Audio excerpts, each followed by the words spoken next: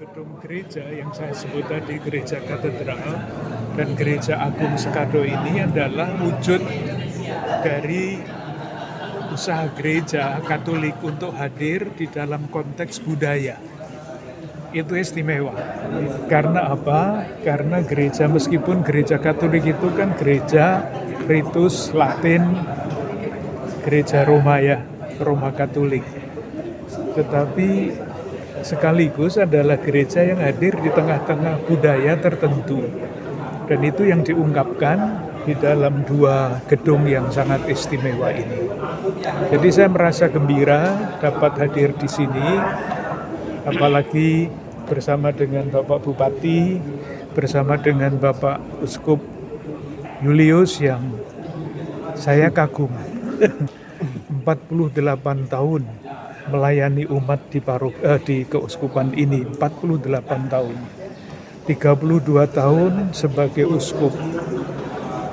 Coba nanti beliau ditanya ya, 48 tahun yang lalu kalau mau mengunjungi umat itu susahnya seperti apa. Tetapi justru kesusahan itu, pengorbanan itulah yang membuat kehidupan itu bermakna. Saya selalu kagum dengan kehadiran para misionaris dari negeri lain, meskipun Bapak Uskup Julius ini itu warga negara Indonesia, tapi kan dari kulitnya jelas bahwa beliau dulu mulai dengan sebagai misionaris dari Italia. Saya selalu kagum kehadiran misionaris di negeri kita ini, karena kalau misionaris-misionaris itu tidak hadir dulu membuka, bukan hanya membuka gereja, tetapi mulai dengan pelayanan pendidikan, pelayanan kesehatan, pemberdayaan masyarakat, saya kira kemajuan negara kita tidak akan seperti ini. Salah satu yang diharapkan oleh setiap warga negara, tidak hanya oleh gereja Katolik, yaitu bahwa pemerintah hadir di tengah-tengah masyarakat yang beragam itu. Salah satu bentuk kehadiran pemerintah itu bukan hanya pemerintah pusat, tetapi pemerintah daerah, dalam hal ini Bapak Bupati dengan stafnya. Kehadirannya jelas sekali dengan memberikan tanda petik sumbangan yang besar untuk berdirinya gereja agung ini. Tapi yang paling penting, ini adalah simbol dari kehadiran negara bagi bagian dari masyarakatnya.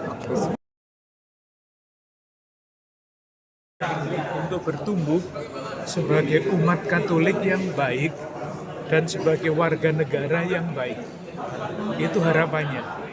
Oleh karena itu, saya kira di mana-mana kita menerima ya ucapan dari Bapak Uskup Sugio Pranoto, 100% Katolik, 100% Indonesia. Jadi kalau hanya Katolik saja tidak Indonesia, itu bukan Katolik namanya. Oleh karena itu, kalau sungguh-sungguh mau menjadi umat Katolik, harus menjadi Indonesia. Dan Indonesia itu yang seperti apa? Banyak ceritanya, tetapi saya memilih dua. Kalau mau menjadi orang Katolik di Indonesia, wataknya harus dua. Satu, cinta tanah air. Dan kedua, peduli. Menjadi warga masyarakat yang peduli. Itu watak orang Katolik Indonesia. Cinta tanah air, peduli. Dalam arti yang seluas-luasnya.